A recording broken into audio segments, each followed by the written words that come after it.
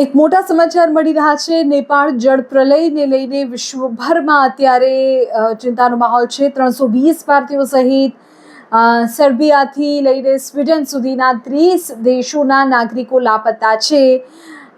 બચાવ દળો એક્શન મોડમાં છે. પડોશી દેશ નેપાળમાં આવેલા વિનાશક પૂરે આંતરરાષ્ટ્રીય સ્તરે ચિંતા વધારી દીધી છે. આ માત્ર ભારત કે નેપાળ પૂરતી આફત મર્યાદિત નથી રહી, પણ અલગ અલગ 30 જેટલા દેશના નાગરિકો કુદરતી તબાહીમાં ફસાયા હોવાના, લાપતા થયા હોવાના અહેવાલ છે. બીજી તરફ ભારત સરકારના વિદેશ મંત્રાલય દ્વારા રેસ્ક્યુ ઓપરેશન તેજ કરવામાં આવ્યું છે. અને સારા સમાચાર એ સામે આવ્યા છે કે કાઠમંડુથી 21 ભારતીયોને સલામત રીતે દિલ્હી લાવી દેવાયા છે. ભારતીય વિદેશ મંત્રાલયના સત્તાવાર પ્રવક્તાએ માહિતી આપી છે કે કાઠમંડુના પૂરગ્રસ્ત વિસ્તારોમાંથી રેસ્ક્યુ કરાયેલા તમિલનાડુના 21 ભારતીય નાગરિકો સુરક્ષિત છે, વતન પહોંચી ગયા છે, દિલ્હીમાં પગ મૂકી દીધો છે.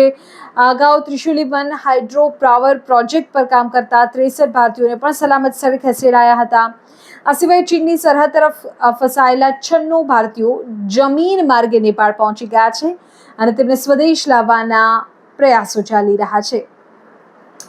21 નાગરિકો સુરક્ષિત દિલ્હી પહોંચ્યા હોવાના સમાચાર. હજુ પણ 320 ભારતીય નાગરિકો લાપતા છે અને ભારતીય મૂળના આશરે 100 લોકો, જેમાં કેટલાક તો કૈલાસ માનસરોવર યાત્રાએ પણ ગયા હતા, તેમનો પણ સંપર્ક થઈ શક્યો નથી. નેપાળનું પૂર હવે વૈશ્વિક સ્તરે મોટી દુર્ઘટના બની ચૂક્યું છે.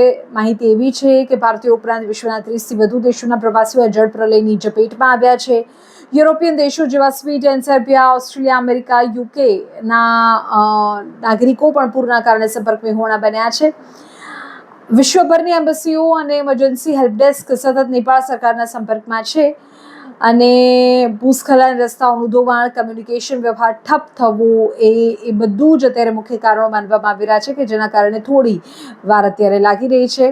સેના યુદ્ધના ધોરણે બચાવ કામગીરી કરી રહી છે. આપણા દેશના તમામ નાગરિકો સુરક્ષિત પોતાના ઘરે પરત ફરે તે માટે વિદેશ મંત્રાલય પણ પડે પડની સ્થિતિ પર અત્યારે નજર રાખી રહ્યું છે.